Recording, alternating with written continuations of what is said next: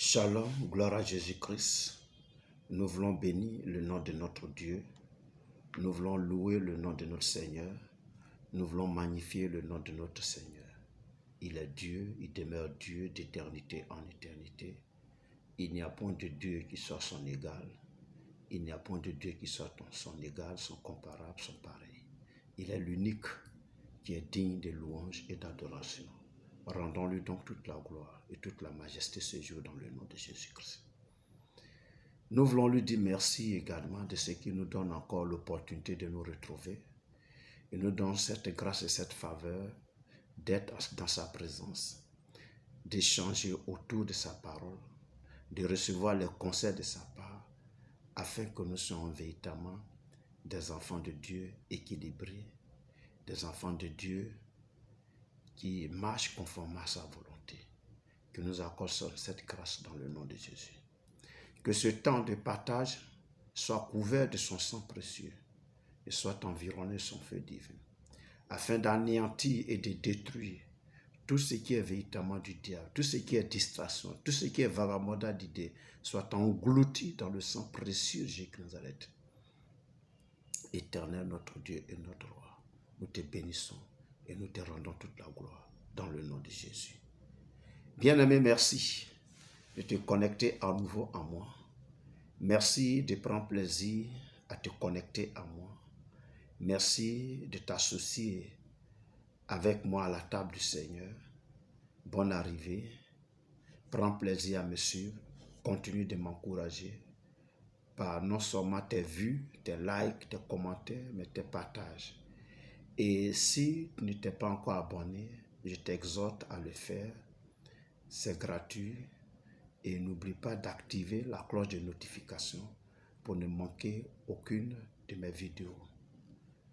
J'espère que tu es bien assis et que Dieu dispose ton cœur pour recevoir l'instruction du jour dans le nom de Jésus-Christ.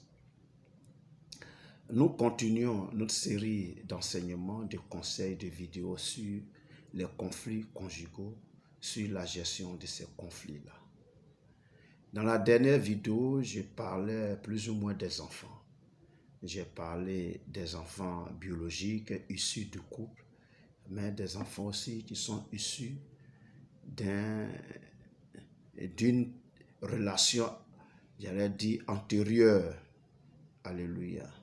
Donc, madame avait déjà des enfants, monsieur avait déjà des enfants, et vous êtes mariés, et j'espère que ces conseils-là vous ont fait du bien. C'est vrai, je n'avais pas parlé d'un type d'enfant. C'est vrai, je l'avais souligné dans l'introduction, mais je n'en ai pas parlé. Je vais en parler brièvement avant de parler des parents aujourd'hui. C'est les enfants adultériens. Généralement, un enfant adultérien, c'est un enfant qui a été conçu alors qu'on est déjà en couple avec quelqu'un, avec monsieur, avec madame, on est déjà en couple. Et puis, on va faire un enfant au dehors. Cet enfant, c'est un enfant adultérien. Alléluia. Très souvent, c'est l'homme qui est indexé dans ce type-là, dans ce cas-là. C'est l'homme qui est indexé.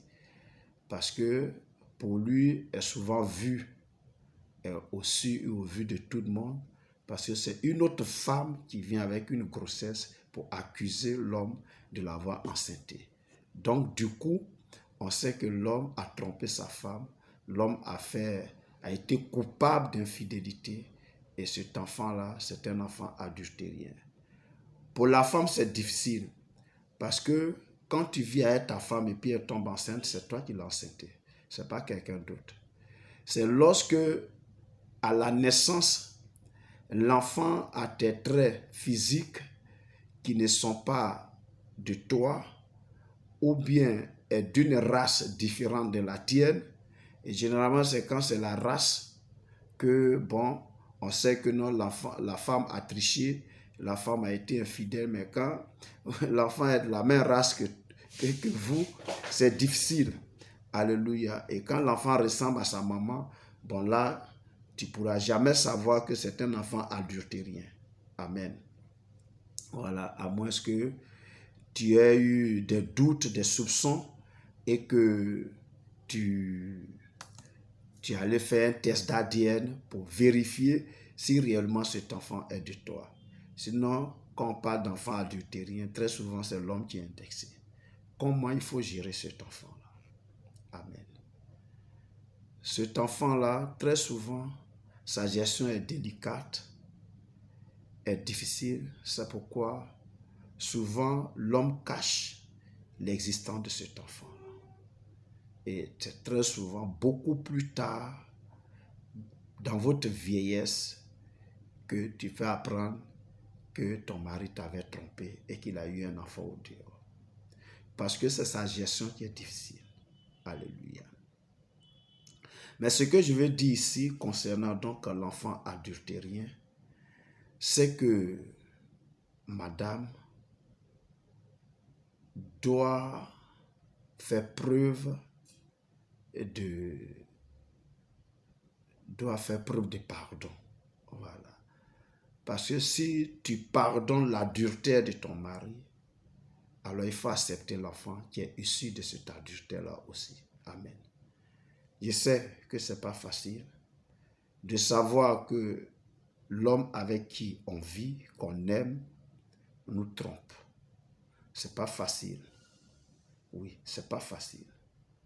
C'est pas facile de savoir que l'homme avec qui on vit depuis des années là n'est pas celui qu'on croyait. Parce qu'il avait une liaison hors mariage qu'il a cachée. Et Dieu l'a exposé par cette grossesse. Alléluia, c'est pas facile. Mais la parole de Dieu déclare que nous devons nous pardonner les uns les autres. Amen. Voilà. Et la prière de Jésus-Christ, que dans d'autres milieux religieux chrétiens, on appelle notre Père, il a dit, pardonne nos offenses comme nous aussi nous pardonnons à ceux qui nous ont offensés. Alléluia. C'est dit que parce que je sais que je ne suis pas un être parfait et que je suis soumis à des défauts et que je commets souvent le péché et que tout ce que je fais n'est pas bien, alors je pardonne aussi les fautes de l'autre. Alléluia. Parce que je veux tellement que Dieu me pardonne. C'est quoi? Je me répands toujours devant sa face. Alors la Bible dit que je dois aussi pardonner ceux qui m'offensent pour que Dieu me pardonne aussi mes offenses. Alléluia. Celui qui ne pardonne pas ne sera pas pardonné, mais celui qui pardonne sera pardonné. L'adultère de ton mari, l'adultère de ta femme fait très mal. Ça blesse, ça brûle comme piment. Alléluia. Oui, ça brûle comme le feu, mais il faut pardonner. Alléluia. Et donc, si tu as pardonné l'adultère de ton mari, si tu as pardonné l'adultère de ta femme, alors accepte aussi l'enfant qui est issu de cet adultère-là. Alléluia. Et voilà pourquoi il faut tenir un langage franc, un langage sincère dans la communication. Si tu as chuté, il faut informer ton conjoint ou ta conjointe pour que déjà vous vous préparez aux conséquences, parce que une seule fois peut produire un enfant. Amen. Mais si tu as caché, craignant la réaction de l'autre, ce qui est normal, humainement parlant, mais quand on est des enfants de Dieu, il faut tenir un langage de vérité. Ça fait mal à des moments, mais ça libère des fois. Alléluia. La vérité libère souvent. Tu sais que ta femme t'a trompé parce qu'elle te l'a dit. Elle a eu un moment de faiblesse, elle t'a trompé. Tu sais que ton mari t'a trompé, il a eu un moment de faiblesse. Vous vous asseyez, vous discutez, vous priez et ça devient un sujet dans la maison désormais. Parce que derrière, il faut considérer aussi les causes de la tromperie, les causes de l'infidélité. Il faut aussi les connaître. Qu'est-ce qui a causé l'infidélité?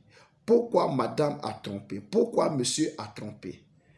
Quand on trouve les causes, alors on peut trouver les solutions. Et quand on a les solutions, alors on est prêt, on est armé psychologiquement à accepter les conséquences de ça aussi. Alléluia. On est prêt à accepter les conséquences de ça aussi. Gloire à Jésus-Christ. L'enfant adultérien, je ne vais pas parler de ce que disent les lois des hommes. Je ne vais pas parler de ça. Je vais parler de ce que dit la Bible. La Bible dit qu'il faut pardonner. Donc si tu as pardonné l'adultère de ta femme, si tu as pardonné l'adultère de ton mari, alors accepte l'enfant qui est issu de cet adultère et considère-le comme ton enfant. Alléluia. Surtout quand c'est du côté de madame, mets ton nom dessus. Quand c'est du côté de monsieur, bon, c'est compliqué, puisque la mère biologique, elle est là, mais accepte cet enfant-là dans le foyer, qui grandit dans le foyer, et que cet enfant-là, tu le dis comme si c'était un enfant que ton mari a eu avant de te marier. Amen. Le faisant, tu fais du bien à toi-même, mais tu fais du bien à cet enfant, tu fais du bien à ton mari, et l'enfant va grandir dans cette cellule familiale-là, sans véritablement faire la différence. Et plus tard, même s'il apprend que sa mère biologique existe ou son père biologique existe, bon ben c'est vous qui va considérer en premier comme les parents biologiques. Alléluia. Voilà un peu, je n'avais pas parlé de l'enfant adultérien. J'en parle dans cette vidéo pour que véritablement il y ait équilibre. Parce que j'ai parlé des enfants qu'on a eus avant le mariage, mais il y a des enfants qu'on peut avoir pendant le mariage. Ce n'est pas conseillé. C'est-à-dire la Bible condamne ça avec la dernière énergie parce que c'est un cas d'adultère, c'est un cas d'infidélité. Mais si c'est fait, on fait comment? Si ça arrive, on fait comment? Il faut se pardonner mutuellement. Mais il faut aussi le dire très tôt. Monsieur doit pouvoir le dire très tôt. Madame doit pouvoir le dire très tôt pour que déjà, au stade embryonnaire de la chose, on puisse trouver les solutions et aller de l'avant. Et nous préparer par rapport aux conséquences qui peuvent venir derrière. Si madame t'a dit qu'elle t'a trompé la semaine dernière, ça fait mal, ça brûle le cœur. Mais puisqu'elle a été franche, pardonne et prépare-toi à une grossesse qui peut sortir de là. Alléluia.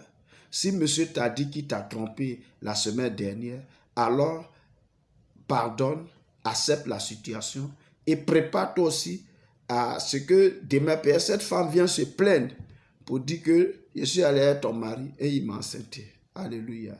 Donc le pardon doit meubler véritablement au niveau des cas d'adultère dans un foyer et les enfants issus donc de ces adultères. C'est vrai, je sais que c'est difficile, mais Dieu me met à cœur de parler ainsi. J'espère que ça t'a fait du bien. J'espère que tu peux accepter cela par la grâce de Dieu. Et ma prière est que Dieu te dispose ton cœur à accepter ces choses. Que Dieu dispose ton cœur à accepter véritablement et à pardonner et à accepter ces enfants-là dans ton foyer au nom de Jésus de Nazareth. Merci de m'avoir suivi. Que Dieu te localise par sa grâce et sa faveur. Qu'il te bénisse au-delà de toute pensée, de toute espérance. Merci. Partage, like, commente, abonne-toi si tu n'as pas encore fait. Et nous allons faire chemin ensemble.